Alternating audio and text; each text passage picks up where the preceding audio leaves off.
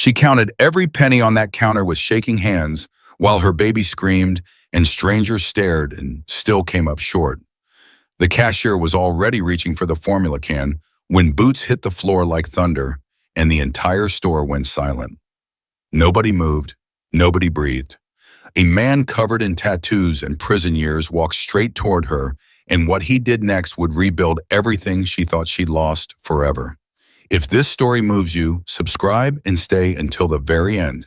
And drop your city in the comments. I want to see how far this story travels. Una time. Part 1. The formula cost $21.63. Emily Carter had $18.11. She knew the exact number because she had counted it 4 times at the kitchen table that morning before walking to the store. Quarters from the coffee mug on the refrigerator, dimes she found in the bottom of her coat pocket, nickels from the laundry jar she kept on top of the dryer, a handful of pennies she'd swept off the floor near the front door. She counted them twice, then counted them again because she kept hoping she'd made a mistake the first time. She hadn't. $18.11. She put Lily in the stroller and walked the 6 blocks to Morrison's grocery anyway. Because there was no other choice. Because the formula Lily had been on since Emily's milk dried up at 3 months was the only brand that didn't make the baby's stomach cramp all night. Because it was 22 degrees outside and her car had been dead for 2 weeks and the nearest bus stop was 8 blocks in the opposite direction. And because Emily Carter had decided somewhere between the coffee mug and the laundry jar that she was going to figure it out at the register. She always figured it out at the register. That's what you did when you were 24 years old and alone, and your daughter was 6 months old and hungry. She grabbed the formula can off the shelf. She grabbed a loaf of bread. She grabbed a small pack of diapers because Lily was almost out. She grabbed a bottle of children's cold medicine because Lily had been coughing since Tuesday, and Emily had been pressing her ear to the baby's chest every few hours, listening for something that scared her. She pushed the stroller to the shortest checkout line and started loading items onto the belt one by one. The cashier was a woman in her mid-40s with reading glasses on a chain and the expression of someone who had been on her feet since 7 in the morning. Her name tag said Donna. She scanned the formula first. $18.62 so far. Donna said, not looking up. Emily started pulling the coins from her coat pocket. She'd wrapped them in a small sandwich bag to keep them organized. She set the bag on the counter and started separating them by denomination, the way she'd practiced at home. Donna looked at the coins. Then she looked at Emily. You paying with change? Yes, ma'am. I counted it before I left. I have $18.11. The total's not at 18 yet. I know. I'm going to put a few things back. The man behind Emily in line exhaled loudly. He was somewhere around 50, with a shopping cart full of steaks and a 12-pack of beer, and the energy of someone who considered a 5-minute wait a personal offense. Emily didn't look at him.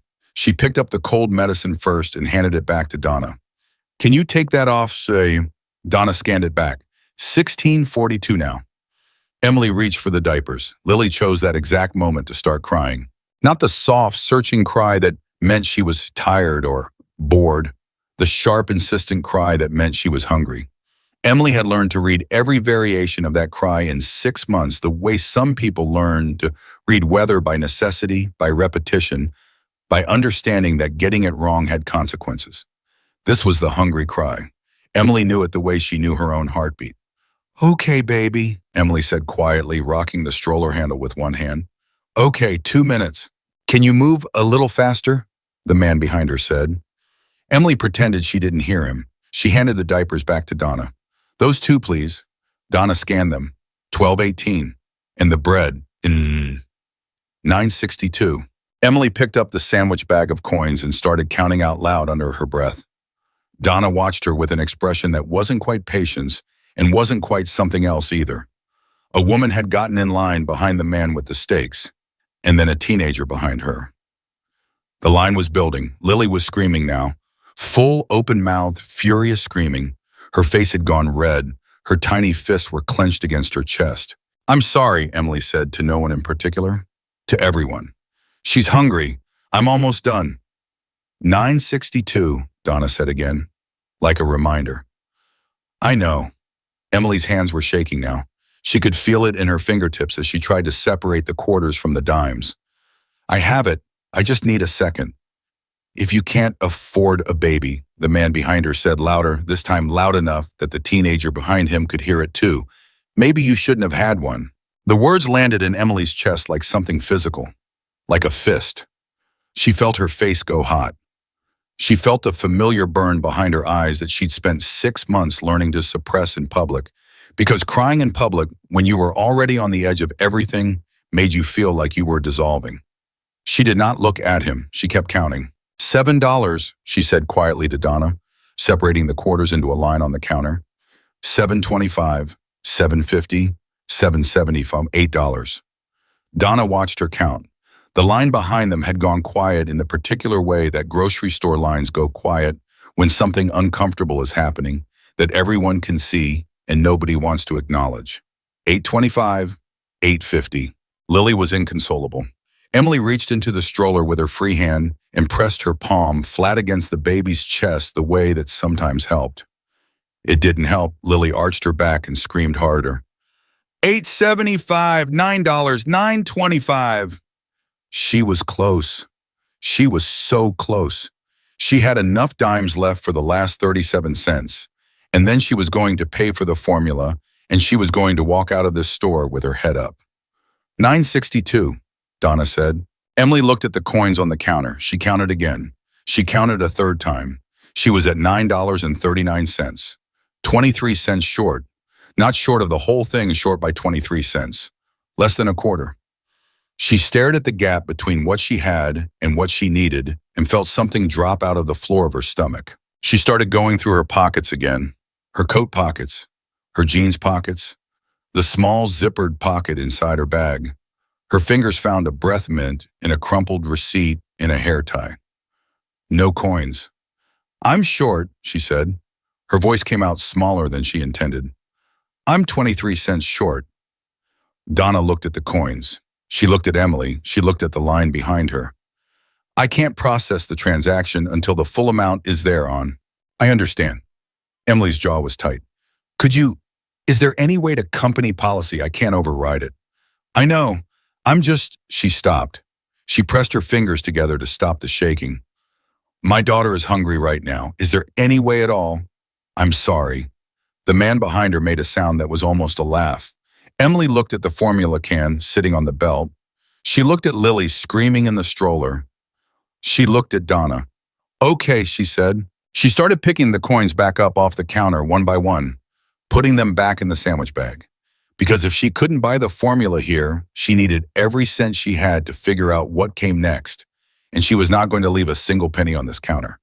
That was when she heard the boots, not running, not hurried, just heavy, deliberate, like whoever was wearing them had all the time in the world and knew it. The boots stopped somewhere behind her in line. She didn't turn around. She was still counting coins back into the bag. Then a voice said how much she's short. It wasn't a loud voice. It didn't need to be. It was the kind of voice that took up space in a room without trying low and flat and accustomed to being heard. Donna blinked. Excuse me. The woman, how much is she short? Emily turned around. He was big. That was the first thing. Not big the way men got when they spent a lot of time at the gym. Big the way some men simply were through bone and frame and years. He wore a black leather vest over a long-sleeved thermal, and the vest had patches on it that Emily didn't recognize. He had tattoos on his neck and the backs of his hands and probably everywhere in between. His hair was dark and shot through with gray, and his jaw looked like it had been broken at least once and set wrong. He was somewhere around 50. His eyes were a pale, colorless gray that made him look like he was looking through whatever he was looking at rather than at it. The entire store had gone quiet in a way it hadn't before. The kind of quiet that meant everyone was paying attention but trying to look like they weren't. Sir, Donna started, if you want to step back in line. I didn't ask a complicated question, he said. How much is she short? Donna swallowed. 23 cents. He reached into the front pocket of his jeans and set a $20 bill on the counter. Then he set another one beside it. That's 223 cents, he said. More than enough. She keeps the change. Ring it through. Emily stared at the two bills on the counter. She stared at them the way you stare at something when your brain is moving faster than your eyes, and neither of them has caught up with your body yet. Sir, I can't accept. She stopped, started again. I can't accept this. I don't know you. He looked at her directly for the first time. Those pale gray eyes. Not pity, and she'd seen pity. People at the food bank gave pity. People at the church donation drive gave pity. This wasn't pity, it was something else, something older and harder and quiet, and she couldn't name it on the spot because she'd never had someone look at her that way before. You're not accepting anything, he said. I'm buying formula. For her. He nodded at Lily. She doesn't know me either. That okay with her? Emily opened her mouth, closed it. Lily was still crying. Feed the baby first, he said. Pride can eat later. He said it the way you say something you've said before, not like a quote, like a rule. Donna looked at Emily. Emily looked at the two $20 bills. She looked at Lily. She thought about the formula can and the 6 blocks home, and the fact that she had no car and no other options, and her daughter had been crying since before they left the apartment. And this was not the moment for pride, even though every bone in her body was screaming at her that it should be. Ring it through, Emily said. Donna rang it through. The man with the steak said nothing. He didn't look at anyone. He placed his items on the belt as soon as the space opened up and stared at the card reader. Donna gave Emily the change, $15 and some cents, and put the formula in a bag. Emily took the bag. She took the change. She held the bag against her chest for a moment like it was something she was afraid someone was going to take away. Then she turned around to say thank you. He was gone. Not slowly, not with a dramatic exit, just gone. Like he had somewhere to be, and he'd fit this stop in between two other things, and now it was done. Emily stood there with the formula bag and $15 and change, and a still crying baby, and the particular feeling of someone who has just had something happen to them that they don't have the words for yet. Ma'am, Donna said gently, you okay? Yeah, Emily said. Yeah, I'm okay. She wasn't entirely sure that was true, but she walked out of the store and she sat on the bench outside in the 22-degree air, and she mixed the formula right there, and she fed Lily until the screaming stopped. And she watched her daughter eat with that single-minded, furious hunger that babies had, like eating was the most important and serious business in the world. Which Emily supposed for Lily it was. She didn't cry until she got home. And even then she wasn't entirely sure what she was crying about. The 23 cents, the man with the steaks and his commentary, the woman at the register and her company policy, the two $20 bills she hadn't asked for and couldn't have refused. The look on that stranger's face. Not pity. Something else. She still couldn't name it. Benefactor. She assumed that was the end of it. She assumed he was a stranger who'd had a generous moment and moved on. The world had those occasionally. She'd learned not to expect them twice. She was wrong. 3 days later, Emily got a call from the Sunrise Child Care Center on Merchant Street. She'd been on their waiting list for 4 months. Infant care in Raven Falls was nearly impossible to find at a rate she could manage. Most centers charged more per week than Emily made in 2, and the subsidized spots filled up within hours of opening. The woman on the phone told her a spot had opened up and that Emily's name had come up for a reduced rate placement, 60% below their standard weekly rate. A family benefactor had designated funds specifically for working single mothers in financial hardship. Emily asked for the benefactor's name. We're not at liberty to share that information, the woman said, but the funding is real and the offer is time sensitive. Can you come in tomorrow to do the paperwork? Emily said yes before she fully understood what she was agreeing to. 2 days after that, a volunteer from a food pantry she'd never contacted showed up at her door with 2 large bags of groceries, non-perishables mostly, canned goods, dried pasta, peanut butter rice, enough to last 3 weeks if she was careful. Emily asked how they had her address. The volunteer, a college-age kid with a clipboard, checked the form and said, "It was submitted by a community referral, someone who knows you." Emily didn't know anyone who would do that. She started paying attention. The next week, her upstairs neighbor, Eddie, who ran a small auto repair business out of his garage 2 blocks away, knocked on her door. He was in his 60s, heavy set with grease under his fingernails that probably hadn't fully come out since 1987. "Your car," he said. "The dead one." "I know," Emily said. "I can't afford to." "Already done," Eddie said. "Alternator was shot. Replaced it. Keys are in the ignition." Emily stared at him. "I didn't ask you to do that." "No," Eddie said. "Somebody else did." "Who?" Eddie scratched the back of his neck. "Big guy. Leather vest. Said you needed it running and that I should put it on his tab. The floor dropped out of Emily's stomach again. Cole. She didn't even know the name. She'd never asked. Did he give you a name? Reaper, Eddie said. Then at Emily's expression, he added quickly, that's just what they call him. His name's Cole. Cole Maddox. You know him. I met him once. Yeah, well, Eddie shrugged. He's been around this neighborhood a long time. Longer than most people know. You need anything else fixed? You talk to me first, okay? Don't go to those chain shops. They'll take you. Emily said okay. Eddie left. She sat at her kitchen table and looked at the car keys in her hand. Cole Maddox. She said the name out loud in her empty apartment. Like that would help her understand him. It didn't. No. She found out more from her coworker Patrice at the community center, where Emily worked the front desk 3 days a week processing appointments for the social services coordinator. Patrice was 53, had lived in Raven Falls her entire life, and knew everything about everyone with the confidence and accuracy of a local newspaper that never printed a retraction.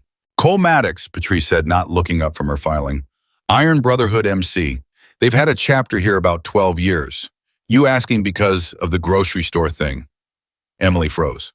How do you know about that? Donna, the cashier, told her sister told her book club, and 3 members of the book club come through this center every month for senior programs.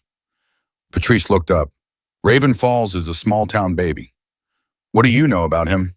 Patrice set down her files and gave Emily the look of someone preparing to say something she'd been saving. Cole Maddox is not what he looks like, which I know sounds like something somebody says about every man people are scared of. But in his case, it's actually true. She paused.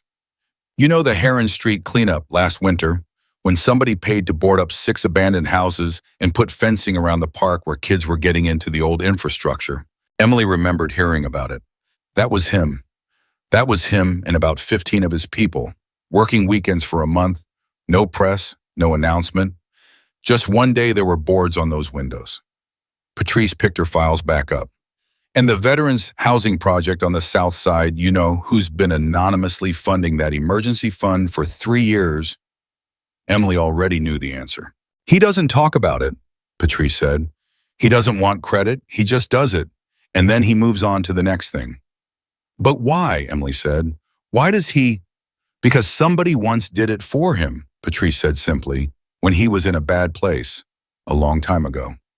She looked at Emily with steady eyes. And that's all I'm going to say about that, because the rest of it is his story to tell, not mine. Emily thought about the grocery store. She thought about the way he'd looked at her.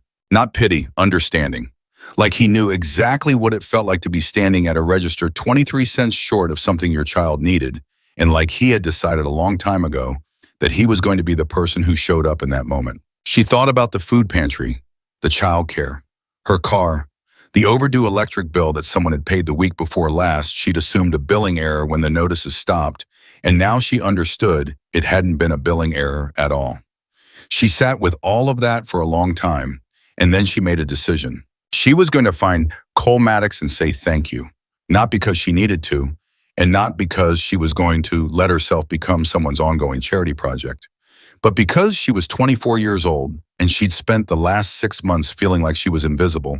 And this man had looked at her in a grocery store checkout line and seen her and done something about it. And that deserved to be acknowledged by someone looking him in the eye.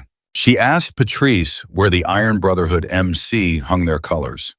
Patrice told her about a shop on the east side of Raven Falls called Maddox Auto, which Emily noted with a small, sharp recognition was where the paperwork trail on her car repair ultimately ended.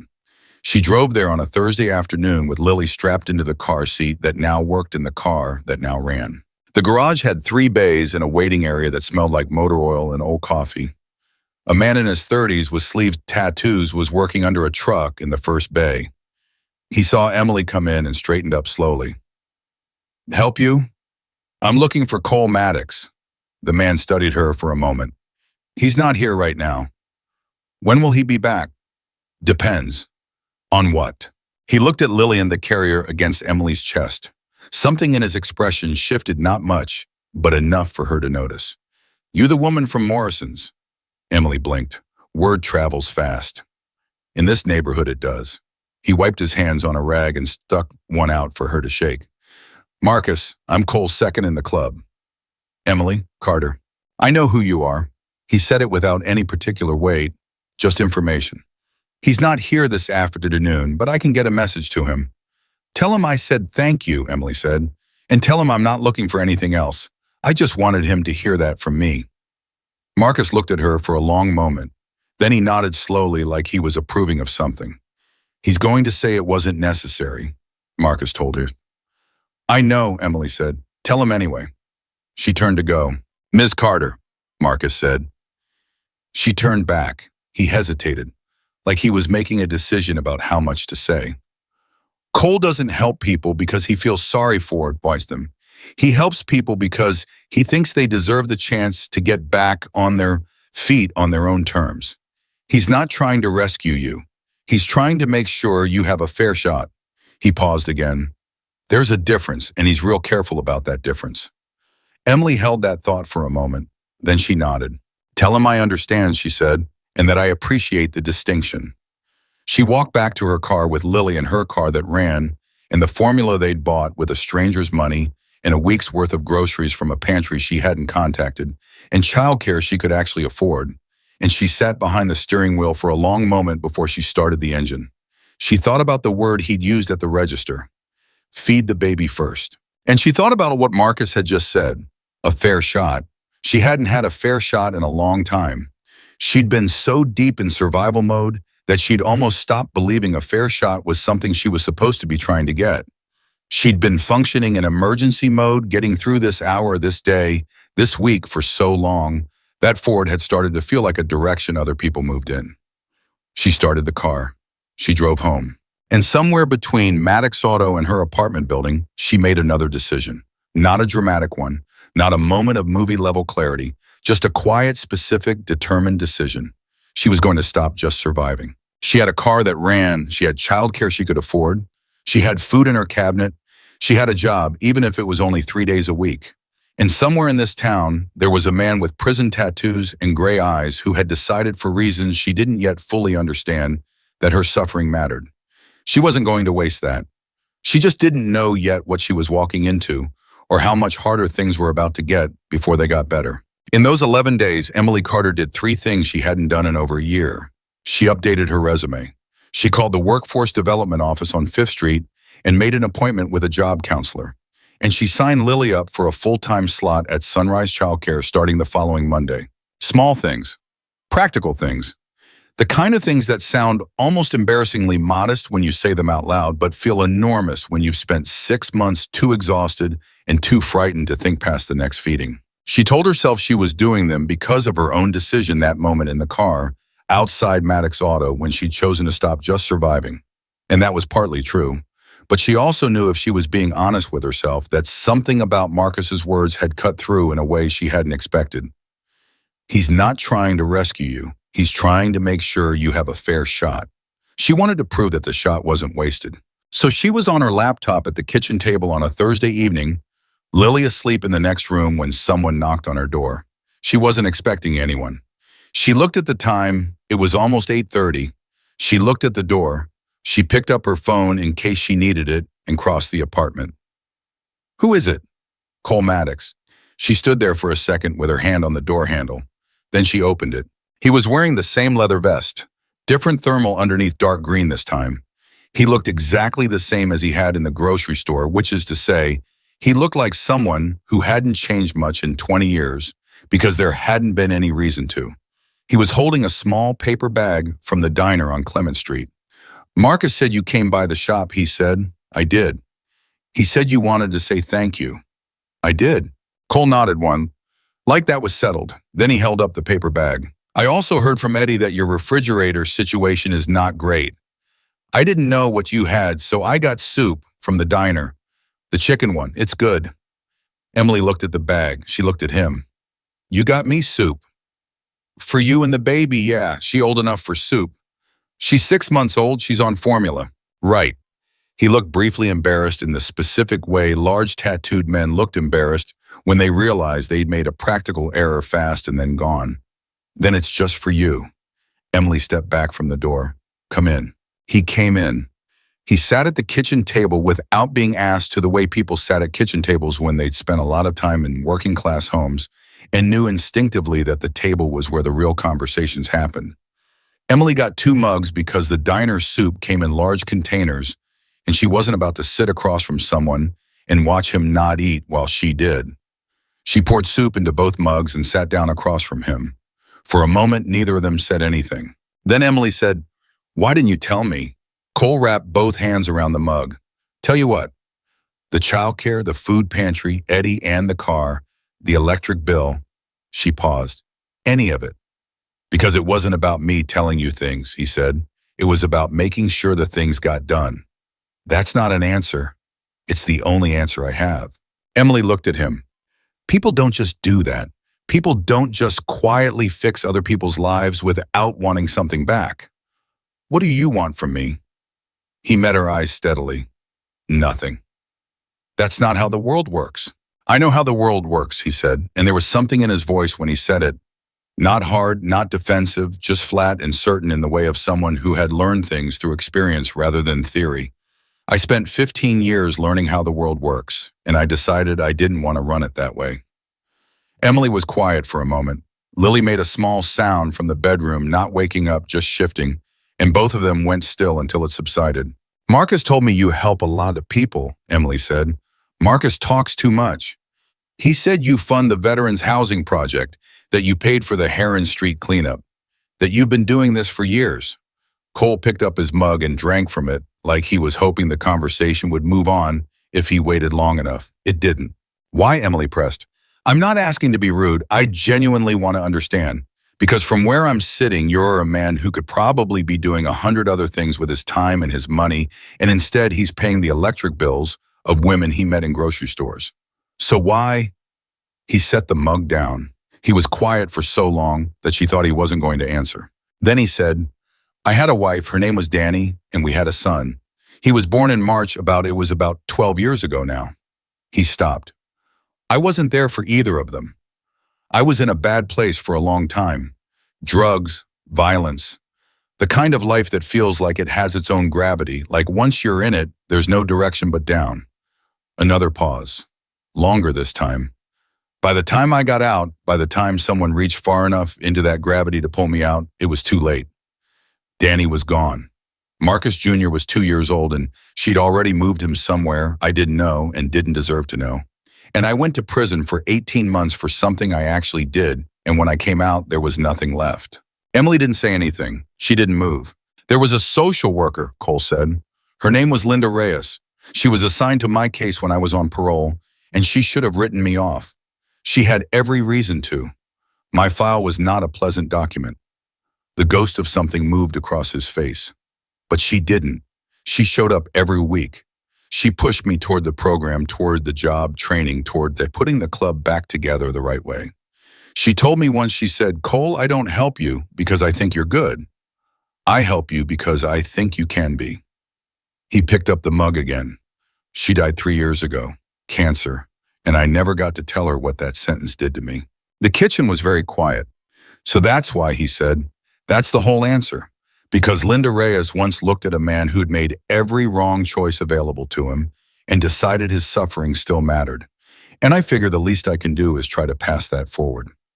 Emily sat with that for a long moment. "The way you looked at me," she finally said, "in the store, I couldn't figure out what it was.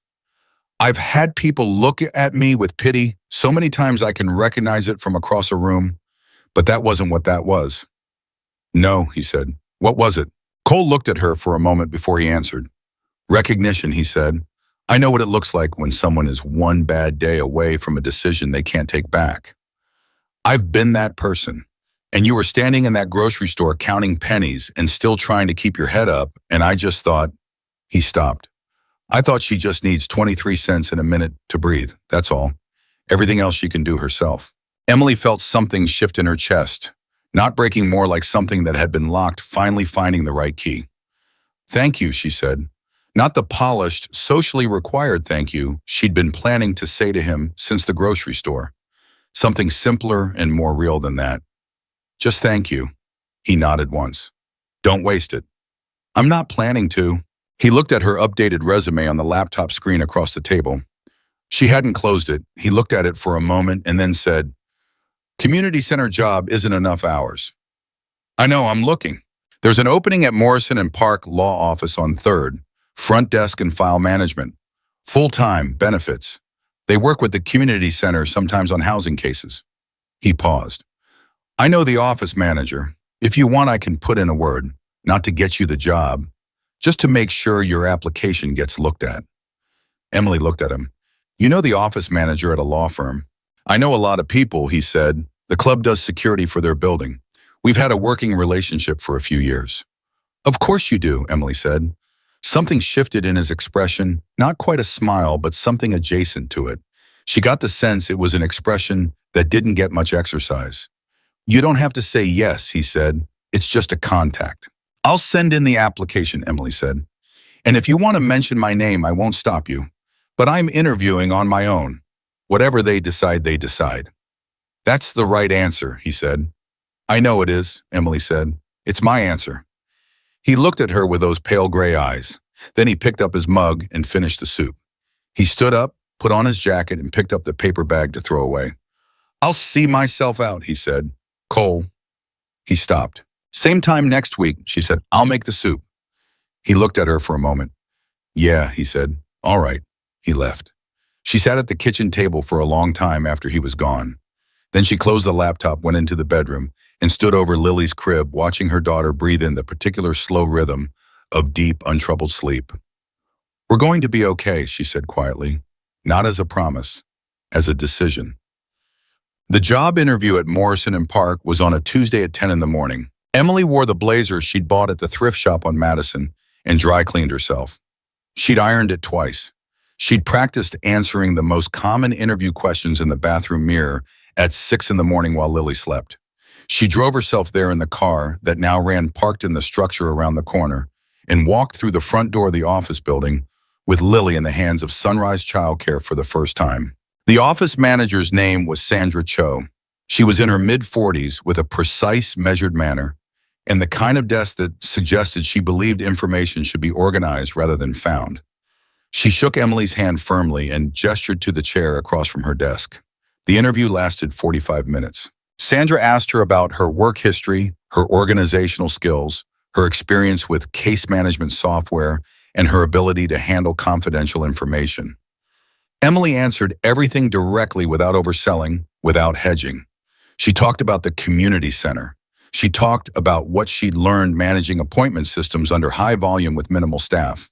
She did not mention Lily, not because she was hiding anything, but because it wasn't relevant to whether she could do the job.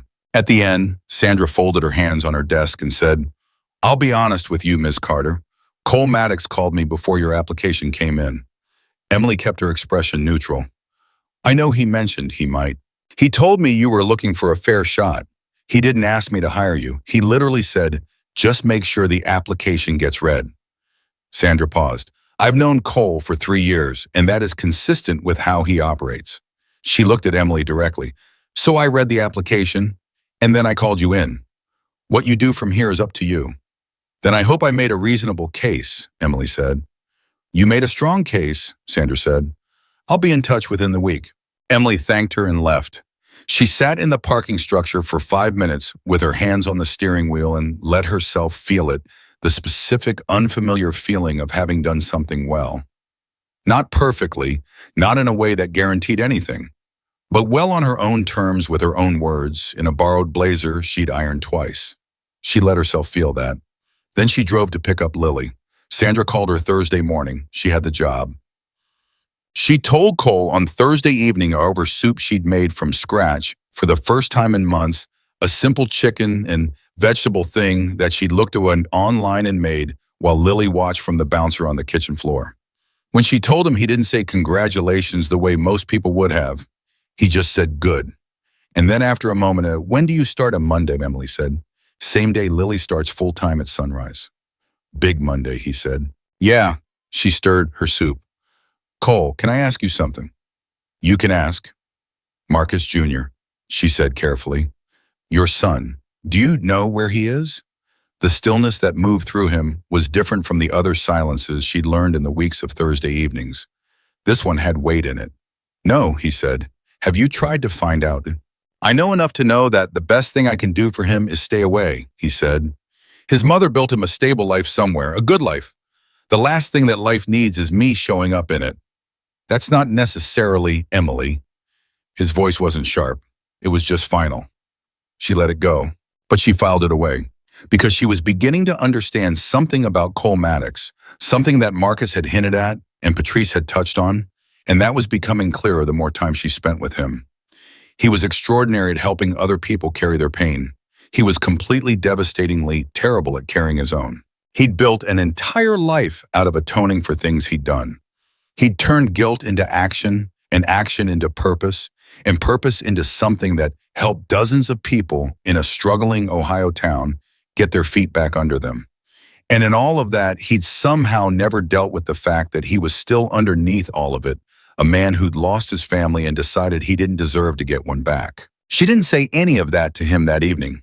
It wasn't the right time, and she didn't have the language for it yet, and she understood enough about the architecture of pain to know that you didn't knock on a wall until you knew whether it was load-bearing.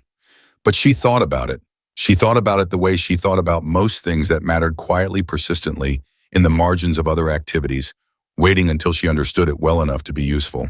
But the first month at Morrison and Park was difficult in the specific way that new jobs were always difficult. Learning the systems, the rhythms, the unspoken rules about who communicated how and why. But Emily had spent a year at the community center learning to manage complexity with minimal support, and it turned out those skills transferred. Sandra gave her more responsibility at the end of the second week. A paralegal named Jerome, who had a precise manner and apparently encyclopedic knowledge of every filing system the office had used since 1994, started leaving notes on her desk about workflow shortcuts she hadn't discovered yet. She took every note seriously. She asked questions. She stayed 20 minutes late, twice a week to get ahead of the following day. And every Thursday evening, Cole sat at her kitchen table and drank soup, and they talked. Not always about important things.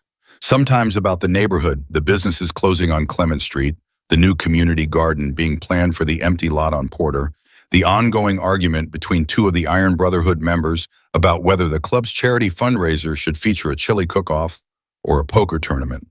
Sometimes about Lily, who was starting to show the first bright suggestions of a personality, opinionated about which stuffed animals were acceptable, fascinated by ceiling fans, furious about being put down when she wanted to be held.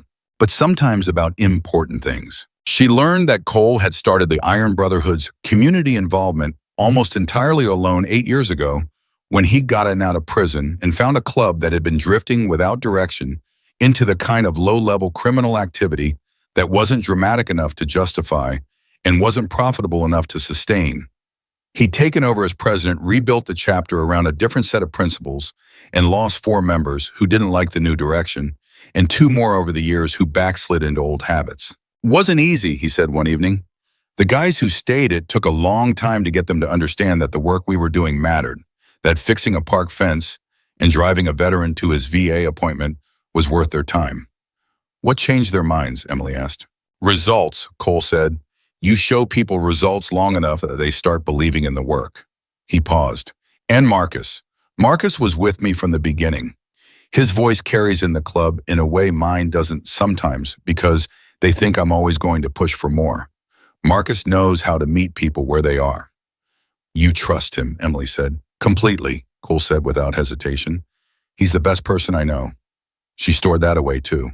Because here was the thing about Cole Maddox that she was beginning to understand: he trusted completely or not at all. There was no middle register with him.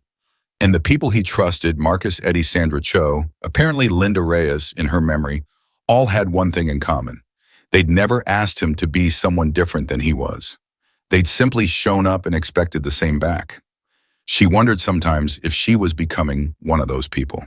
She wondered what that meant for both of them. And then one ordinary Wednesday morning, everything changed. She was at her desk at Morrison and Park when her phone buzzed with an unknown number. She let it go to voicemail. She checked the voicemail on her lunch break, standing outside the building in the March cold with her coat pulled tight. The voice on the recording was male, Familiar in the way a smell was familiar before you could identify the source, something in your body recognizing it before your mind caught up. Hey, Emily, it's Ryan. Ryan Mercer. I know it's been a while. I heard you're doing better these days. Listen, we need to talk. About Lily. About some things I've been thinking about. Call me back. She stood outside the law office where she now worked and listened to the voicemail 3 times. Ryan Mercer. The man who had disappeared the week she told him she was pregnant. Who had blocked her number and told his friends he didn't know her. Who had never called, never written, never sent so much as a text in 8 months through her entire pregnancy, through Lily's birth, through every night she'd spent counting coins and stretching formula and lying awake wondering how she was going to make the next month work. Ryan Mercer had found her phone number, and he wanted to talk about Lily. Emily deleted the voicemail. She went back inside. She sat down at her desk and stared at the case files in front of her and did not process a single word of them for 4 minutes. Then she picked up her phone and called Cole. He answered on the second ring. Hey, he said, everything okay? No, she said. Her voice was steady. She'd decided it was going to be steady. I got a call from Lily's father. He wants to talk about custody. The silence on the other end of the line lasted 3 seconds. When Cole spoke again, his voice was exactly the same as it always was, flat and low and certain. But something underneath it had gone very still in a way she'd learned to read. Stay at work, he said. Don't call him back. I'll make some calls. Cole. Emily. Not commanding, not dismissive, just steady as a wall. You have lawyers in your building. Talk to Sandra. Tell her exactly what happened. She'll know what to do. And then let me make some calls. She thought about arguing. She thought about saying she could handle this herself, which was true as far as it went, but which ignored the fact that she didn't know what she was walking into or how serious it was about to become. She thought about what Marcus had said. He's not trying to rescue you. He's trying to make sure you have a fair shot. Okay, she said. Good, he said. I'll be at your place at 6. He hung up. She sat for another 30 seconds. Then she stood up and walked down the hall to Sandra Cho's office and knocked on the open door. Sandra looked up. I need some advice, Emily said. It's personal, but it's legal, and I'm not sure how serious it's about to get. Sandra gestured at the chair. Sit down. Emily sat down, and she started talking. Sandra Cho listened without interrupting. That was the first thing Emily noticed. Sandra didn't reach for her notepad, didn't start typing, didn't do any of the things people did when they were already formulating a response before you finished talking. She just sat with her hands folded on the desk and listened to every word Emily said. And when Emily was done, Sandra was quiet for a moment before she spoke. How long has it been since you had any contact with him? 8 months, Emily said. Since I told him I was pregnant. He blocked my number that same week. Any written communication, text, emails, anything documented? Nothing. He dropped completely off the map. His friends told mutual people he didn't know me. Emily kept her voice even. He wasn't at the hospital. He's not on the birth certificate. He has made 0 attempt to establish any relationship with Lily in the 6 months since she was born. Sandra nodded slowly. And now he wants to talk about custody. That's what the voicemail said. Did he use the word custody specifically? Emily thought back. He said some things I've been thinking about. And about Lily. He wasn't specific. Which means he hasn't consulted a lawyer yet, or if he has, the lawyer told him to keep the initial contact vague. Sandra picked up a pen and tapped it twice against the desk, not nervously, just thinking. Okay, here's what I want you to understand. An absent father who was not listed on the birth certificate and has made no attempt to establish paternity has a much weaker position than he probably thinks he does. That doesn't mean he can't file. It doesn't mean it can't become complicated.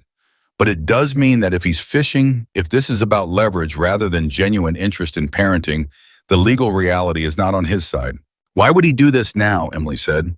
8 months he disappears and now suddenly, people do this when they find out things have changed. Sandra said simply, you have stable housing now. You have a full-time job with benefits. You're not in crisis anymore. Sometimes that's exactly when people who abandon responsibility decide to show back up and renegotiate. Emily felt something cold move through her. He heard I was doing better, she said. It's possible. He wants something. Almost certainly, Sandra said. But we don't know what yet. And until we know what, you don't call him back. You don't respond to any message he sends. You forward everything to me. Understood. Understood. I'm going to refer you to one of our family law partners. Her name is Patricia Owens. She's been doing custody cases in this county for 20 years. She's going to want to do a full consultation. Sandra set the pen down. Is cost a concern? Emily opened her mouth. Because I'm going to suggest we look at whether this qualifies for reduced rate representation, Sandra said before Emily could answer. Morrison and Park has a community access program. I'll make the call. Emily stared at her. Sandra, don't thank me yet. Just go back to work and let me make the arrangements. Sandra picked her pen back up. The conversation was apparently concluded. And Emily, don't go home alone tonight. I won't, Emily said. She meant it. Fun. Cole was at her apartment at 6 o'clock exactly. He was not alone. Marcus was with him, and behind Marcus was a woman Emily hadn't met before, late 40s. Sharp eyes and no-nonsense manner that reminded Emily slightly of Sandra Cho, except warmer around the edges.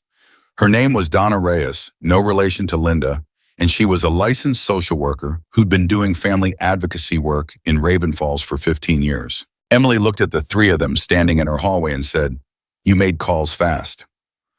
I know people, Cole said. Can we come in? They came in. Donna sat across from Emily at the kitchen table and got straight to the point in the way that people who'd done a job long enough to dispense with preamble always did. I need to ask you some things about Ryan Mercer, she said, and I need you to be completely honest with me. Not careful, honest. Can you do that? Yes, Emily said. Was there ever any violence in the relationship? Emily was quiet for a second. He never hit me. Donna looked at her carefully. That's not what I asked. Emily's jaw tightened. He was controlling. He monitored my phone. He decided where I could go and who I could see. He told me on a regular basis that I was lucky he was with me and that nobody else would want me. She paused. When I got pregnant, he told me it was my fault and that I'd done it on purpose to trap him. Then he left. Donna wrote something down. Any witnesses to the controlling behavior, neighbors, friends, family? My friend Jackie, she saw it. She told me for months to leave before he did it for me. Emily's mouth twisted. She was right. Is Jackie still local? Yes. I'm going to need her contact information. Donna made another note. What about financially? Any shared accounts, shared debts, anything that ties you together legally? Nothing. We never lived together officially. I was on the lease. Everything was separate. Good. Donna looked up. Here's what I'm seeing, Emily. Ryan Mercer has no documented relationship with Lily. No birth certificate. No signed acknowledgement of paternity. No history of financial support. No contact. If he wants to pursue custody, step 1 for him is establishing legal paternity, which you don't have to make easy. Step 2 is demonstrating that he has a relationship with the child worth for protecting, which he doesn't have because he's never been present. She leaned forward slightly. That said, men like this don't usually do this because they want to be fathers. They do it because they want control, which means the goal isn't custody. The goal is to make your life difficult enough that you give him something. He doesn't have leverage, Emily said. I don't have anything to give him. He doesn't know that yet. Donna closed her notepad. The question is whether he's going to figure it out before or after he makes things very unpleasant for you. The room was quiet for a moment. Marcus, who had been leaning against the kitchen counter with his arms folded, said quietly, He's been asking around about Emily in the neighborhood, asking who she knows, what she does, who she spends time with. He looked at Cole. Started about 3 weeks ago. Cole's expression didn't change. How do you know that? Because 2 different people told me he'd been asking about you specifically, Marcus said. About your connection to Emily. About what the club has to do with any of it. Emily looked at Cole. He's been watching. Trying to understand the situation before he makes a move, Cole said. Which means he's more careful than I gave him credit for. Or someone told him to be, Marcus said. That landed differently. Emily felt it, the shift in the room when everyone is thinking the same thing and nobody wants to say it first. You think he talked to a lawyer already, she said. I think someone gave him advice, Cole said, and I think we need to find out who. Donna stood up. That's my job, not yours. Understood? She was looking at Cole when she said it. He held her gaze for a moment and then nodded once. Patricia Owens is handling the legal side, Emily said. Sandra Cho is setting it up. Donna visibly relaxed one notch. Good, Patricia's the best in the county for this kind of case. Okay. She picked up her bag. I'll be in touch. Don't contact Ryan. Don't let anyone in your building buzz him up without your permission. And if he shows up in person, she looked at Emily steadily. You call me before you call anyone else. Okay. Okay, Emily said. Donna left. Marcus followed her out, pausing at the door to touch Emily briefly on the shoulder, a small, precise gesture that said more than most speeches. Then it was just Emily and Cole, and the sound of Lily making investigative noises from the bouncer in the corner. Emily sat down at the kitchen table. She pressed her fingers flat against the surface. She waited until she was sure her voice was going to come out level. He's been watching me for 3 weeks, she said, while I was building things, while I was getting my footing. He was watching and waiting and calculating how to use it against me. Yeah, Cole said. He's going to try to take my daughter. A man who left me the week he found out she existed is going to walk into a courtroom and try to claim her. He's going to try, Cole said. He's not going to succeed. Emily looked up at him. You can't promise that. No, he said. I can't. But Patricia Owens and Donna Reyes and the 3 other people I'm going to call in the next hour can make it very, very difficult for him. He pulled out the chair across from her and sat down. Emily, I need you to hear me right now. I have been watching people fight their way out of situations like this for 8 years. I've seen it go wrong and I've seen it go right. And the single biggest factor every time, more than lawyers, more than documentation, more than any of it, is whether the person in the middle of it stays clear-headed, stays strategic, doesn't react. I'm not going to react, Emily said. Not yet, Cole said, but he's going to push. That's the whole play. He's going to push until you do something that looks bad and then he's going to use it. Emily stared at him. So stay clear, he said. Let the lawyers talk. Let Donna document. Let Marcus and me work the other angles. And you just do your job. Take care of Lily. Don't give him anything to use. And if he pushes in person, Emily said. Cole's jaw tightened slightly. Just slightly. Then we deal with that when it happens. Ultim. Ryan Mercer called 3 more times in the next 2 weeks. Emily didn't answer any of them. She forwarded the numbers to Patricia Owens, who noted them and told Emily she was doing exactly right. Ryan left 1 more voicemail on the 3rd call, calmer this time, almost friendly, suggesting they meet for coffee to talk things over like adults, emphasizing how much he'd been thinking about Lily and wanting to be part of her life. Patricia listened to the voicemail and said, classic. He's establishing the paper trail of reasonable outreach before he files. Is he going to file? Emily asked. I don't know yet, but I've talked to his attorney. Emily went cold. He has an attorney, a family law attorney in Medford. And yes, that does mean this is more serious than a fishing expedition. Patricia didn't soften the words. Emily had already figured out that Patricia Owens wasn't in the business of softening words, which she respected. He's claiming emotional readiness, change of circumstances, personal growth. He's built a narrative about being a young man who panicked and is now mature enough to take responsibility. He abandoned her, Emily said flatly. He abandoned her before she was born. I know, and that documentation is going to matter. Patricia leaned forward. Here's what's working in your favor.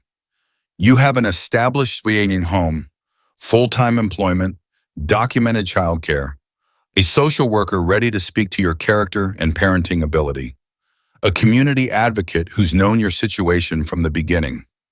She paused. And you have absolutely no criminal history, no documented instability, and an 8-month record of raising that child alone with 0 support from the man currently claiming he wants to be her father. Then why does it feel like this could still go wrong? Because courts are unpredictable and family law is never clean.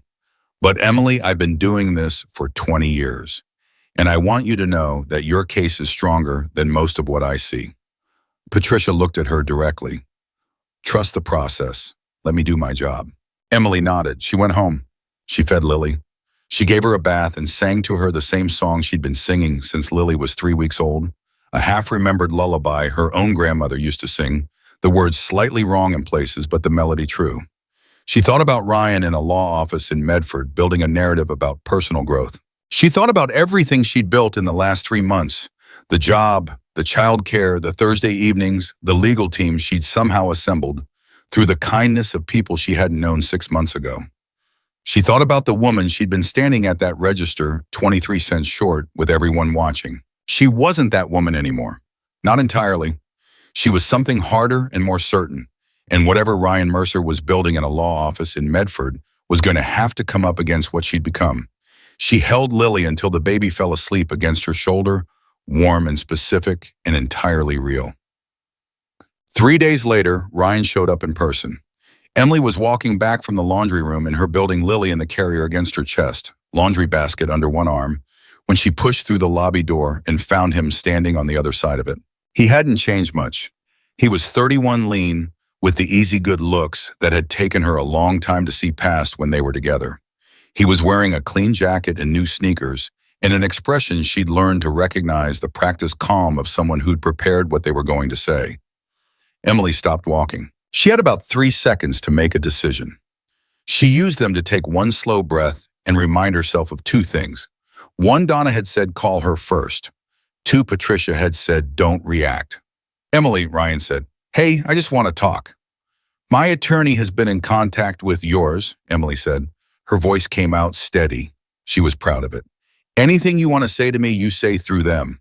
That's not how this has to be. He took a step forward. I'm not trying to make this ugly. I'm just trying to... Ryan, she looked at him directly. I know what you're doing. My lawyers know what you're doing. The social worker documenting this situation knows what you're doing. She shifted Lily slightly in the carrier. And showing up at my building unannounced with my daughter present is going to look exactly the way it is when it gets added to the file.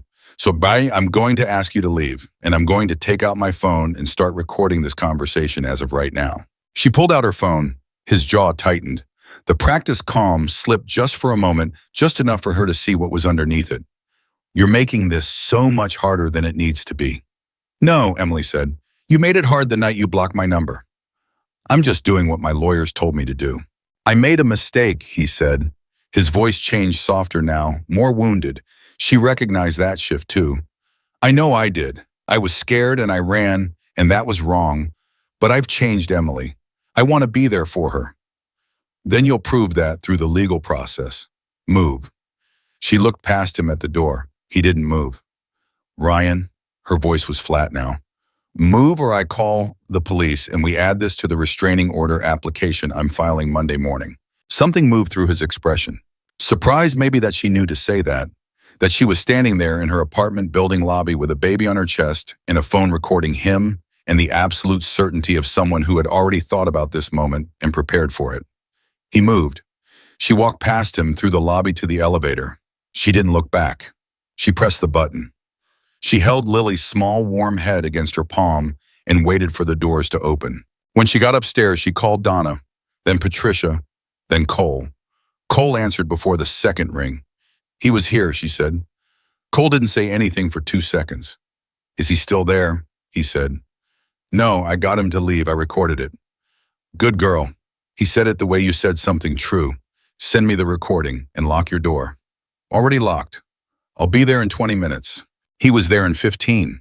Marcus was with him again, and 2 other men from the club, quiet, large position with the particular casual readiness of people accustomed to standing between things and other things.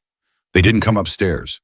They stayed in and near the parking lot present without being visible to anyone who didn't know to look. Cole came up. He listened to the recording in Emily's kitchen. When it was done, he set her phone down on the table and was quiet for a moment. He's rattled, he said. He didn't expect me to be ready, Emily said. No. Cole looked at her. He expected the woman from the grocery store. Emily looked back at him. She's still in here, she said quietly, but she's not afraid of him. Cole was quiet for another moment. Then he said something she hadn't heard from him before. I'm proud of you, he said. She felt it land somewhere she hadn't expected. Not as praise as recognition. The same recognition she'd first seen in his eyes at the register all those months ago, but different now. Fuller, like he'd had time to see more of her, and what he'd seen had confirmed something. I had help, she said. Everyone has help, Cole said. What matters is what you did with it. Lily and the bouncer across the room chose that moment to make a sound of absolute delight at nothing in particular, the kind of spontaneous, full-body joy that babies deployed without warning and without reason. Both of them looked at her, and for just a moment in the kitchen of a small apartment in Raven Falls, Ohio, the weight of everything that was coming lifted slightly. It would come back. Emily knew that. The court dates and the legal filings and whatever Ryan Mercer was planning were not done. The fight had not been won. It had barely started, but she was standing. She was ready.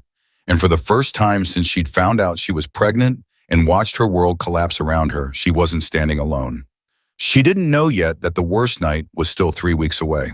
She didn't know that Ryan Mercer was far more desperate and far less rational than a clean jacket and new sneakers suggested. She didn't know what he was capable of when a legal strategy started to fail. She didn't know what was coming, but Cole Maddox did, and he was already making calls. The calls Cole made that night, Emily didn't know exactly what was said in them or to whom or in what order. She knew Marcus was involved. She knew Donna Reyes was involved. She knew Patricia Owens got a call at 11:30 at night and apparently answered it because Patricia sent Emily a text at midnight that said simply, "I'm on it, sleep if you can." Emily did not sleep much. She lay in the dark listening to Lily breathe through the baby monitor and thought about Ryan standing in her lobby with his clean jacket and his practiced calm and the particular expression of a man who had decided she was still manageable. Still the woman who could be intimidated back into silence. Still the woman from the grocery store who didn't know how to fight back. He had miscalculated. She needed to make sure it stayed that way. She was at her desk at Morrison and Park by 8 the next morning. Sandra looked at her when she walked in and said, "Patricia called me." "I know," Emily said. "I'm fine." "I didn't ask if you were fine," Sandra said. "I'm telling you that the partners have been briefed and that if you need anything, time, resources, a conference room to have a private call, you ask me." "Clear." "Clear," Emily said. She sat down and worked. Because that was the thing nobody told you about being in the middle of a legal fight. It didn't stop the rest of your life. The files still needed managing. The appointments still needed scheduling. The world kept moving at exactly the same speed it had been moving before, and you either moved with it or you fell behind, and falling behind gave Ryan Mercer more to work with. So she worked. She worked well. Jerome left a note on her desk at noon that said, "Good catch on the Hendricks filing," and she held on to that small, specific compliment for the rest of the afternoon like a handhold on a cliff face. Patricia called at 2 o'clock. "Ryan's attorney sent a formal letter this morning," Patricia said. "He's moving to establish paternity and requesting visitation pending the outcome." Emily closed her office door. Visitation. It's the opening move. They're not going for full custody yet. They're testing the water, establishing presence in the legal record, making themselves look reasonable. Patricia's voice was measured. "I've filed our response. We're documenting his absence, the circumstances of it, the voicemails, and yesterday's unannounced contact. Donna is preparing her assessment. We're in good shape, Emily, but I need you to understand this is probably going to take 2 to 3 months to fully resolve." 2 to 3 months, Emily repeated. "Minimum. Family court moves slowly. That's not a failure. That's the system." Patricia paused. "I need you to be prepared for him to escalate before we get there. When people realize the legal route isn't going as fast or as easily as they planned, they sometimes make decisions they wouldn't otherwise make." Emily thought about what Cole had said 3 weeks ago. "He's going to push until you do something that looks bad." "I'll be ready," she said. She was not entirely ready for what happened 17 days later. It was a Friday evening in early April. Emily had picked up Lily from Sunrise at 5:30, driven home, and was carrying the baby in the diaper bag and her work bag up the exterior stairs of her building when she heard him. Not his voice first, his footsteps. The specific pattern of them she'd lived with that sound for 2 years, and it was apparently still stored somewhere in her nervous system that didn't consult her brain before responding because her whole body went tight before she even looked up. Ryan was waiting at the top of the stairs, not in the lobby this time, outside, on the landing between the parking lot and the building entrance, where there was nobody around, where the nearest neighbor was inside a building with a door between them. "I told you," Emily said. Her voice came out level, but her arms tightened around Lily. "Anything you want to say goes through the lawyers." "I'm not here to talk legal stuff," Ryan said. His voice was different than it had been in the lobby. The practiced calm was gone. He looked like someone who hadn't been sleeping well, which meant he looked like someone who had been thinking too hard about something and arrived at a wrong conclusion. I'm here to talk about what you're doing to me. I'm not doing anything to you. You sicked a lawyer on me. You filed for a restraining order. You got that social worker in my face. He stopped, ran a hand through his hair. Emily, I just want to see my daughter, that's it. Why are you making this so hard? She's not your daughter, Emily said. You made that choice. I was scared. I told you I made a mistake. I'm trying to fix it. Walk away, Ryan. I'm not walking away, not this time. He took a step toward her. You think because you've got some biker watching your back now that you're untouchable. You think I don't know what's going on. Cole Maddox, Iron Brotherhood, a convicted felon. Emily, you're letting a convicted felon around my daughter. She is not your daughter, Emily said again, harder this time. And Cole Maddox has more integrity in one hand than you've ever had in your entire life. So take that argument and save it because it won't work, and I know why you're using it. Ryan's face changed. The injured, reasonable man mask dropped completely. Underneath it was something uglier and more honest. You don't want to make me an enemy, he said. His voice was quiet now in a way that was worse than when it was loud. I know people too. I know things about you, about your situation, about how you were living before all this charity started coming in. His jaw was tight. A judge might find it interesting how a woman with no money suddenly has a full-time job in a legal team in a motorcycle club in her corner. Might start asking questions about how all that happened. Emily stared at him. He thought this was leverage. He was standing on her landing, threatening to imply that her stability was somehow suspicious, that the help she'd received and the work she'd done to build something were going to look bad in a courtroom. He'd sat somewhere and thought this through and arrived at this as his best move. She almost felt sorry for him, almost. She pulled out her phone. I'm recording this, she said, like last time. I don't care. You should, she said, because what you just said, suggesting to me that you're going to use my personal history against me in court while you're standing on my property after being asked twice not to contact me directly, that is going to be a very interesting addition to our file. She kept the phone steady. Patricia is going to love this. Something flickered in his eyes. Doubt. Not enough to stop him, but enough for her to see it. You can walk away right now, she said. Right now, tonight, and this doesn't have to get worse.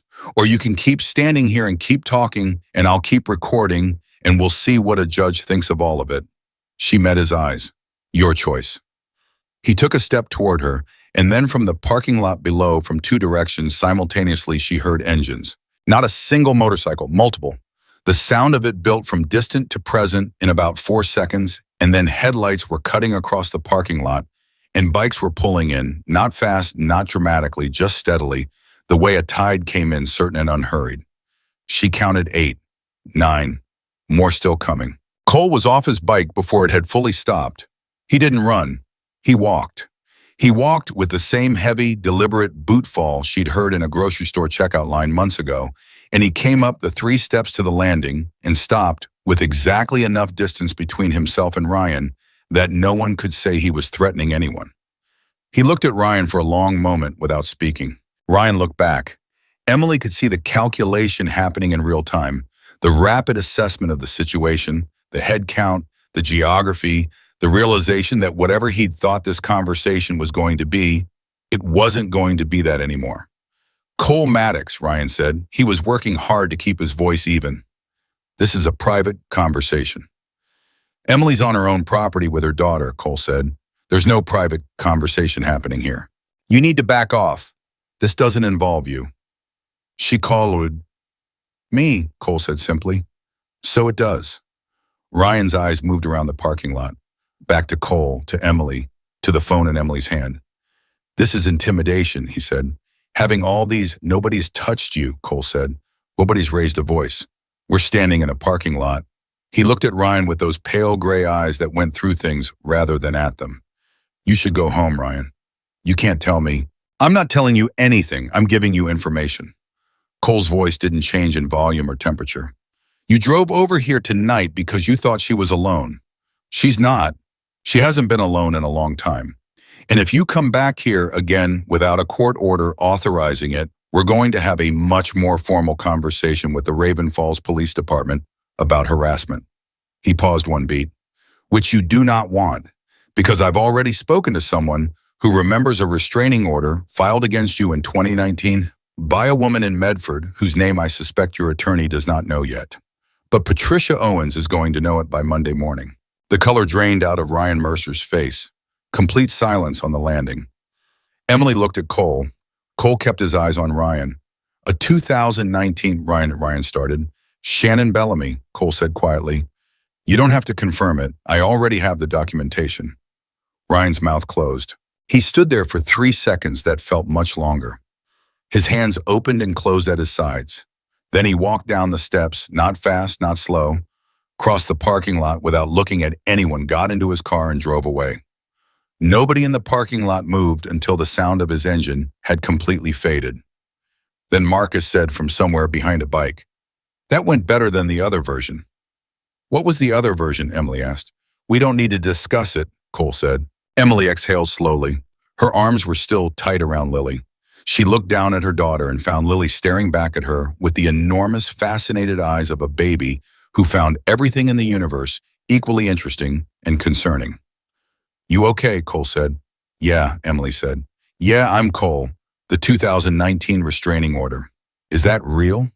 "It's real, Dom. How did you find it?" Marcus did some research after the lobby incident. Shannon Bellamy filed it in Medford County Court. It's in the public record, it just requires knowing to look for it. Cole's expression was unreadable. He's done this before, Emily. The pattern, the controlled relationship, the pressure tactics when he loses control of the situation. Shannon Bellamy went through most of the same playbook. Emily felt something cold move through her that had nothing to do with the April air. "Patricia needs to know. I sent her the case number an hour ago." Emily stared at him. "You knew he was coming tonight." "I suspected he might," Cole said. "When men like that get backed into a corner legally, they sometimes try to remind you who they are in person." Marcus had people watching. He paused. "I should have told you that. I didn't want to scare you more than you already were." "Don't do that again," Emily said. "Don't manage my information." Cole looked at her, held it for a moment. "You're right, I'm sorry." She believed him. "Thank you," she said, "for being here." He nodded once. He looked at Lily. Something moved across his face, quick private gone before she could read it fully. "Go inside," he said. "Lock the door. I'll have someone outside tonight." "Cole, you don't have to." "I know I don't have to," he said. "Go inside, Emily." She went inside. She locked the door. She put Lily down in the crib and stood over her for a long time in the dark, listening to the sound of motorcycle engines idling softly in the parking lot below, patient present, steady as a heartbeat. Patricia Owens called Saturday morning at 9. "The Shannon Bellamy documentation changes things significantly," she said, and Emily could hear something in her voice, not excitement exactly, but the particular energy of a lawyer who just saw a case tip. "A prior restraining order establishes a pattern, and the fact that he concealed it from his own attorney, which he appears to have done, puts his team in a difficult position." She paused. "I filed an emergency motion this morning for a protective order. Given last night's contact and the prior record, I'm confident the judge will grant it." "How confident?" Emily said. 90%, Patricia said. "And the remaining 10% I'm going to argue out of existence on Monday." Emily sat down on her kitchen floor because there wasn't a chair close enough. "Patricia, is this over?" "The immediate danger close to it. The legal process." "Not quite, but Emily, he's not in a strong position anymore. He came to your property twice. He threatened you on a recording, and he has a prior restraining order from another woman he didn't disclose." A brief pause. "His attorney may advise him to drop the petition. And if he doesn't, then we go to court with everything we have, and everything we have is very, very good." Patricia's voice was steady. "You've done everything right. Every single step."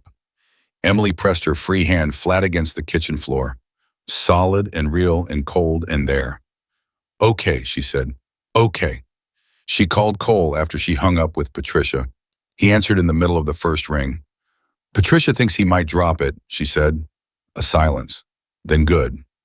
"Cole, I need to ask you something." "Ask." This whole time, the documentation, the people watching, my building the contacts, knowing to look for Shannon Bellamy. You've been managing a lot of this from behind the scenes. Yeah, he said simply. Why, and I mean the real answer, not the Linda Reyes answer, not the fair shot answer, the actual real answer. The silence this time was different, longer. Because you walked into Maddox Auto to say thank you, he finally said. And most people don't do that. Most people take what they need and move on, which is fine. That's what I want. That's the whole point. But you drove across town with your baby to look me in the eye and say thank you. And you told Marcus you understood the distinction between being rescued and being given a shot. He stopped, started again. And I've spent 8 years helping people, Emily. I've helped a lot of people. And somewhere along the way, I stopped letting any of it matter to me personally. I just did the work and moved on and kept the distance because keeping the distance was how I stayed functional. Another pause. And then you sat across my kitchen table and told me not to manage your information and called me on the difference between what I said and what I meant and made soup. His voice had something in it she hadn't heard before. Rougher. Like something that had been smooth for a long time was finally showing its actual texture. And I don't know how to do this, Emily. I want to be honest with you about that. I don't know how to be in someone's life in a way that isn't just fixing things and leaving. Emily was quiet for a moment. I know, she said. I'm not trying to. Cole, I know. She meant it fully, not as a dismissal, not as a shortcut, but as actual recognition. She knew what he was saying.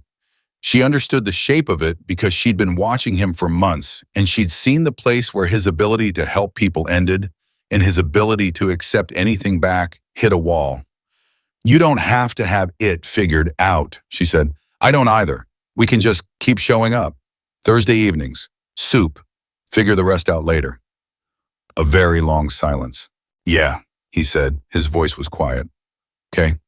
She could hear something in that single syllable, something that had been braced for a long time and was just slightly carefully beginning to release. Cole. Yeah. There are motorcycles in my parking lot again. I know. Will you tell them they can go home? A beat. Yeah, I'll tell them. But you stay, she said, if you want, for soup, and to tell me what you know about Shannon Bellamy and how this ends. Another silence, but a different kind this time. I'll be there in 20 minutes, he said. She put the phone down. She got up off the kitchen floor. She went to the refrigerator and took stock of what she had and started figuring out what she could make from it. And outside in the parking lot, she heard the sound of motorcycles starting up and then one by one riding away until there was just the ordinary quiet of a Saturday morning in Raven Falls, Ohio. And Lily, who had been watching all of this from the bouncer with enormous wondering eyes, chose that moment to do something she had never done before. She laughed. Full open, helpless, delighted baby laughter at absolutely nothing at the ceiling, at the light, at the sheer fact of existing on a Saturday morning in a warm apartment where someone was making something on the stove. Emily stopped what she was doing and stood completely still and listened to her daughter laugh. And something that had been wound very tight inside her chest for a very long time began slowly, thread by thread, to come loose. Ryan Mercer's attorney filed a motion to withdraw the custody petition on a Wednesday morning, 11 days after the night on the landing. Patricia Owens called Emily at work. She didn't bury the lead. It's over, she said. He dropped it. Emily put her hand flat on her desk and stared at the wall in front of her. All of it, she said. All of it. The paternity claimed the visitation request everything.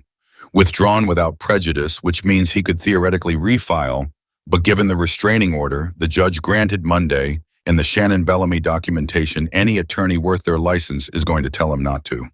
Patricia paused. His lawyer probably told him the same thing mine told me about 3 weeks ago, that this case was not going where he thought it was going. He just gave up. Men like Ryan Mercer give up when the math stops working in their favor, Patricia said, and her voice had the particular dryness of 20 years of family law. He thought you were isolated and frightened and without resources. He was wrong on all 3 counts.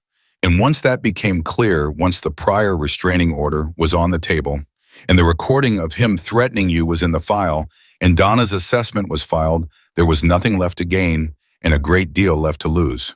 She paused again. Emily, you won. Emily sat with that for a moment. She turned those two words over in her mind the way you turn something over when it didn't feel entirely real yet. You won. She'd spent the better part of 2 months living in the shadow of what Ryan could do, bracing for the next escalation, running through worst-case scenarios at 3 in the morning, with Lily asleep in the next room. And now it was over. Done. A motion to withdraw on a Wednesday morning, just like that. Thank you, she said. Patricia, for all of it. Don't thank me, Patricia said. You built the case. I just filed it. Emily hung up and sat for exactly 60 seconds doing nothing. Then she picked up her phone and called Cole. He answered on the first ring. Patricia called, she said. I know. She called me too. A brief pause. You okay? I don't know yet, Emily said honestly. Ask me in an hour. He was quiet for a moment. Then he said, Thursday. Soup's on me this week. She almost laughed. Yeah, okay. She hung up and went back to work.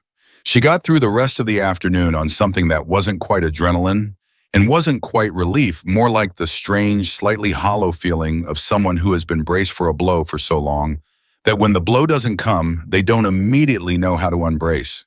She picked up Lily from Sunrise at 5:30. She drove home. She gave Lily a bath and fed her and put her to bed.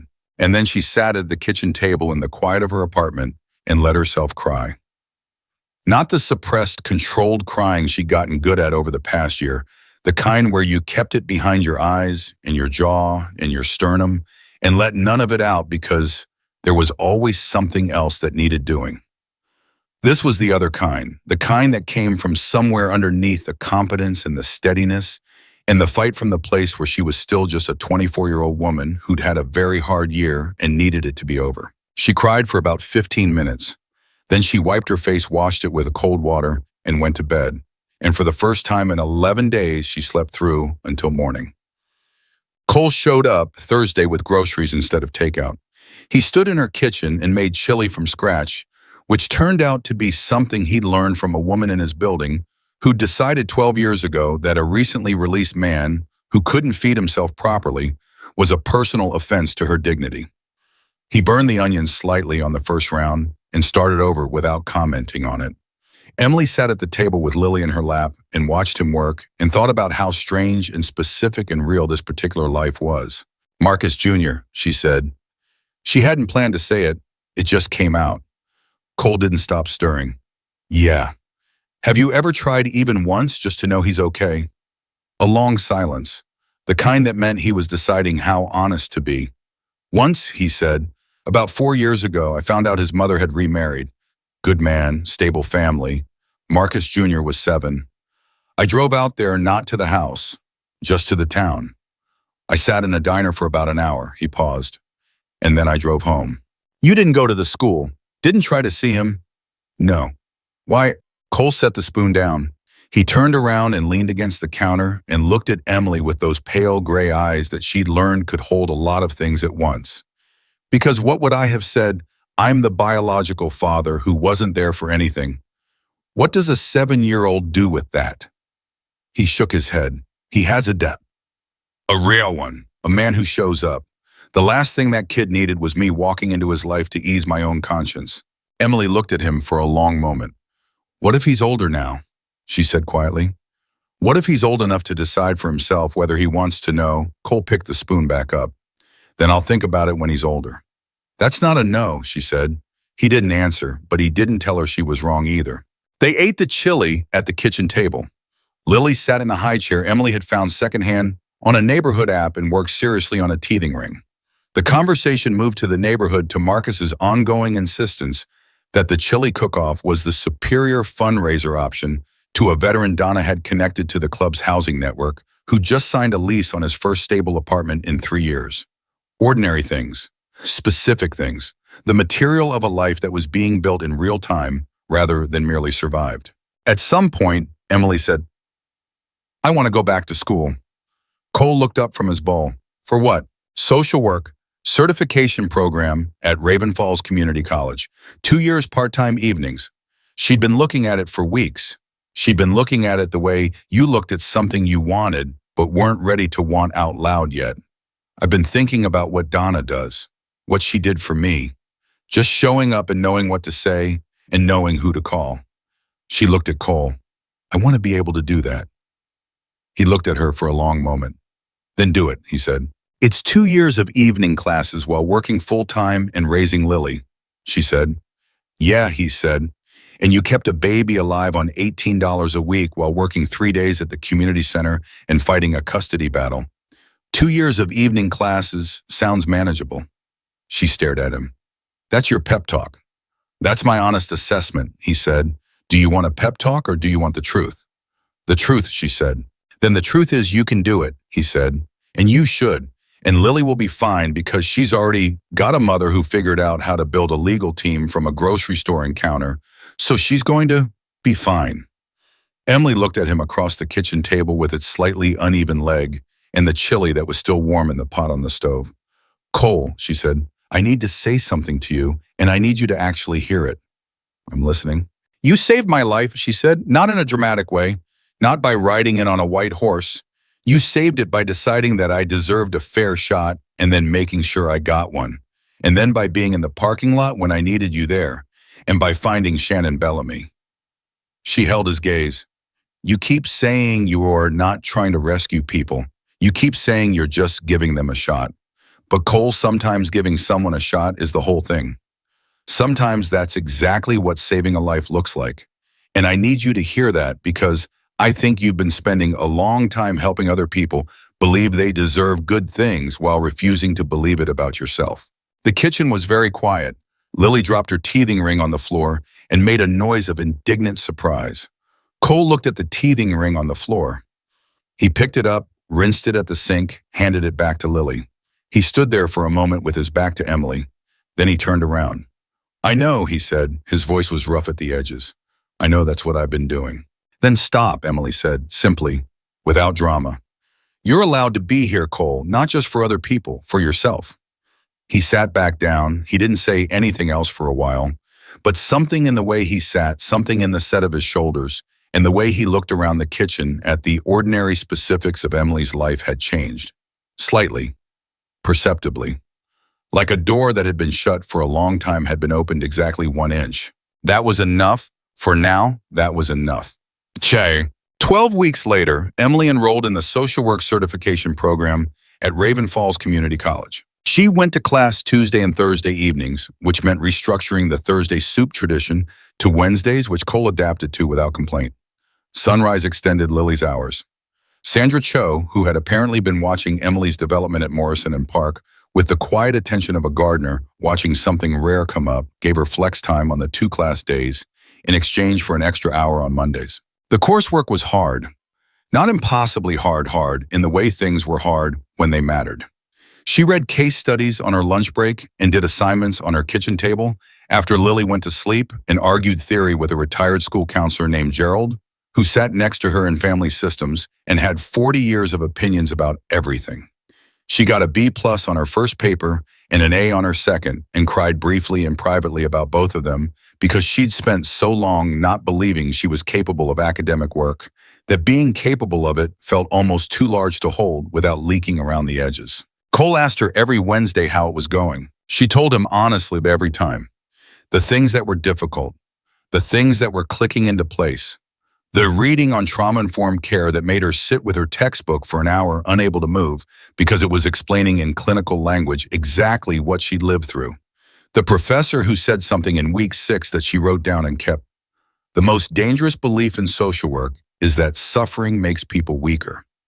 The evidence consistently suggests the opposite. Cole listened to all of it. He didn't offer advice unless she asked. He didn't solve things. He just listened and asked follow-up questions and occasionally said something that landed with the precision of someone who'd seen the inside of things from angles most people hadn't.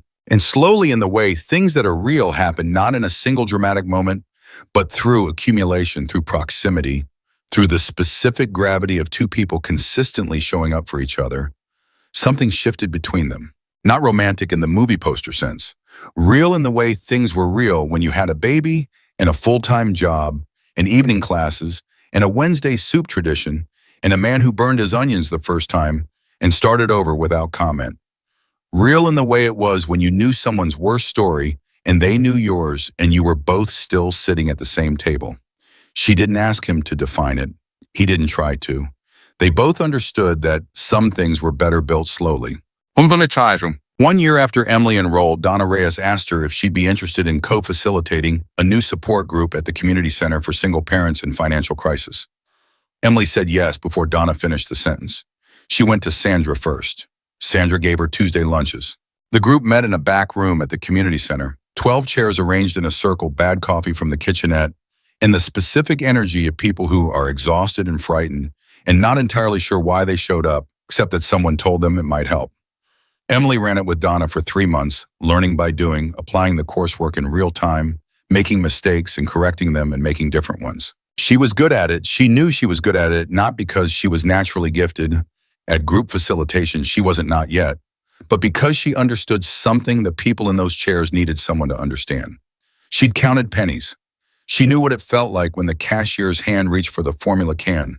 She knew what it felt like to stand in that particular kind of humiliation and still keep your chin up because your child needed you to. She didn't perform that understanding. She just had it.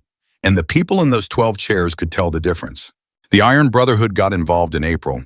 Cole approached it the way he approached everything, practically and without drama. The club had emergency funds. They could direct donations toward formula, diapers, rent gaps. Marcus put together a system. Donna integrated it with her existing networks. Sandra's firm contributed legal consultation hours.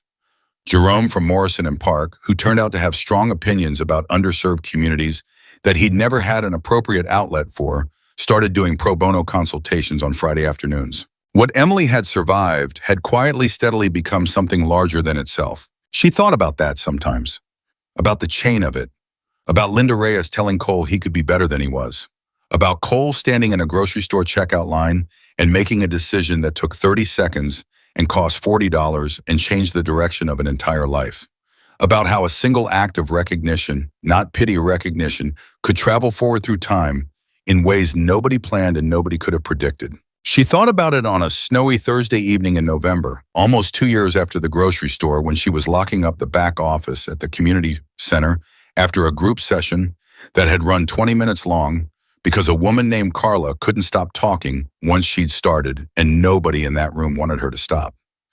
Emily was pulling on her coat when she heard the front door. She almost called out that they were closed. Then she heard the baby crying. She went back through the hall to the front room. A young woman was standing just inside the door. She was maybe 22. She had a baby in a carrier against her chest and a coat that wasn't warm enough for November. And the particular expression that Emily recognized the way Cole had once recognized it, the expression of someone who was one bad day away from a decision they couldn't take back, someone who had counted something and come up short. The young woman looked at Emily. Her eyes were red. "I saw the light on," she said. "I didn't know where else to go. I don't..." She stopped, swallowed. "I don't have enough money for formula. I've been trying to figure out what to do for 2 hours, and I don't know what to do, and I don't know why I'm here. I just..." She stopped again. She pressed her lips together hard. Emily looked at her, at the baby in the carrier, at the coat that wasn't warm enough, at the expression she knew from the inside. She didn't think about what to say. She didn't reach for the language of the training or the textbook or the group facilitation protocols she'd been learning for a year. She just reached into her bag and took out her wallet and stepped forward and said what came out, which was the only thing that had ever been true. "Feed the baby first," she said, "but pride can eat later." The young woman's face broke completely open. Emily brought her inside. She made bad coffee from the kitchenette. She sat across from her at one of the circle chairs and listened, while the young woman, her name was Trish, she was 23. The baby's father was gone. She'd been trying to hold things together for 4 months on part-time work in a storage unit, and a couch in her cousin's apartment told her everything. All of it. The whole weight of it. Emily listened the way Cole had once listened to her, without trying to fix it faster than it needed to be fixed, without performing understanding, with the full and specific attention of someone who knew that being heard was sometimes the first thing and that everything else came after. When Trish was done, Emily got her the formula from the emergency supply cabinet. She gave her Donna's number. She gave her Patricia's number.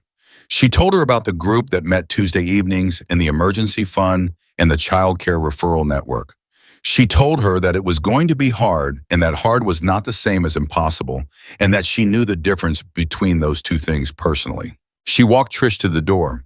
Trish stood there for a moment with the baby and the formula and the numbers written on a piece of paper and the expression of someone who has just had the floor stop falling beneath them. "Thank you," she said. "I don't know how to—" "You come back Tuesday," Emily said. That's how Trish nodded. She went out into the November dark. Emily stood in the doorway and watched her go. Then she took out her phone and called Cole. "Hey," he said. "A woman just came in," Emily said. "Young, baby, no formula money. I helped her." A pause. "Good." "Cole," her voice was steady. "I said the thing you said to me. In the store, she needed to hear it, and I said it, and it was true." She heard him exhale slowly on the other end of the line, like something was settling. "Yeah," he said quietly. "This is it," Emily said. "This is what it was for. All of it. The 23 cents in the grocery store and the pennies and everything that came after. This is what it was building toward." Cole was quiet for a moment. Linda Reyes used to say, he said that you don't know where kindness ends. You just know where it starts. Emily stood in the doorway of the community center in November in Raven Falls, Ohio, with the bad coffee cooling on the table and 12 chairs in a circle in the back room and a supply cabinet with formula in it and Donna's number and Patricia's number and the Iron Brotherhood Emergency Fund and 2 years of her own impossible, necessary, ongoing life behind her. "Tell me something," she said. "Yeah. Marcus Jr., he's 9 now." Silence. "Cole, he's 9 years old, and you are not the man you were when you drove to that town and sat in that diner and drove home." She waited. "You know that." A very long silence, the longest he'd ever given her. "I know," he said. His voice was almost inaudible. "Then when you're ready," she said. "What when you're ready?" He didn't answer, but he didn't say no. And she understood by now that with Cole Maddox, the absence of no was sometimes the closest thing to yes that a thing could get before it became real. "Get home safe," he said finally. "You too," she said. She hung up. She locked the community center door. She walked to her car, the car that kept running, that she'd put new tires on herself 6 months ago because she'd learned how to budget for things like tires. And she drove home through the November dark to the apartment where Lily was with a babysitter. Lily, who was 2 years old now, and had a personality like a force of nature and a laugh that could stop a room. She thought about the penny on the counter. She thought about the formula can. She thought about 23 cents in a stranger's boots on a grocery store floor and 2 $20 bills placed without ceremony on a belt. And she thought about everything that single moment had sent forward into the world. The basu, the legal battles, the Wednesday soup tradition, the 12 chairs in a circle, Trish walking out into the dark with a phone number and a can of formula in one person's full deliberate attention. She thought about how a life could turn on something as small as a quarter. She thought about Linda Reyes, who died of cancer and never knew. She pulled into her parking lot and sat for a moment in the dark. This was the truth she'd arrived at on the other side of everything. Kindness was not soft. It was not passive or sentimental or naive. Real kindness, the kind that changed lives, was deliberate and strategic and sometimes arrived on the back of a motorcycle and burned its onions the first time and started over without comment. It was the kind that showed up at 8:30 at night with soup and stayed over and over without asking for anything back. It was the kind that looked at a woman counting pennies in a checkout line and saw not a charity case, but a person, a full, specific, struggling, capable person who needed one thing and only one thing to begin. A fair shot, that was all it had ever taken. And in Raven Falls, Ohio, in a community center with 12 chairs and bad coffee and an emergency formula cabinet and a motorcycle club that showed up when it mattered, Emily Carter had made absolutely certain that no one who walked through that door was ever going to be short of one again.